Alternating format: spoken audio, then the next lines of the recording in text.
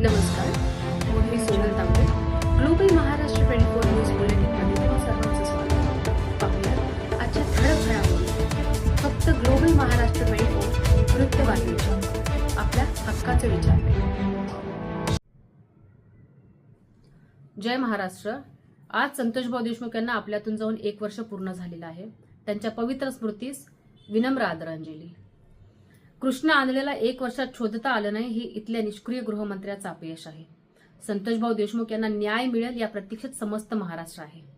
या व्हिडिओच्या मार्फत माझा धनंजय मुंडे यांना प्रश्न आहे की ज्या तुमच्या सोकॉल्ड मित्रावरती खंडणी, अपहरण, खून असे गुन्हे दाखल आहेत आणि जो आज जेलमध्ये आहे त्या मित्राची तुम्हाला आठवण येते आहे असं तुम्ही उघड उघड बोलता, परंतु नीचतेचा कळस गाठलेल्या तुमच्या असंवेदनशील बुद्धीमध्ये असा जराही विचार आला नाही की संतोष देशमुख यांच्या लेकरांना, त्यांच्या घरच्यांना, त्यांच्या मित्रांना सुद्धा संतोष देशमुख यांची आठवण येत असेल. द्वेषाचा दुसरा टप्पा आज पुन्हा एकदा महाराष्ट्राने आणि देशाने पाहिलेला आहे. तुम्ही तुमच्या नेत्यासोबत आज देशमुख कुटुंबियांची भेट घेऊ शकला असता, परंतु ती तुम्ही घेतली नाही.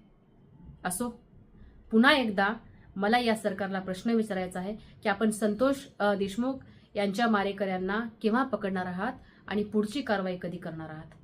खरं तर हास्यास्पद हे वाटतं की तुम्हाला साधा कृष्ण आंधळे शोधता येत नाही आणि दुसरीकडे आम्ही दहशतवाद्यांना पकडलं, आम्ही त्यांच्यावरती कारवाई केली, अशा मोठ्या मोठ्या डिंग्या हाणता.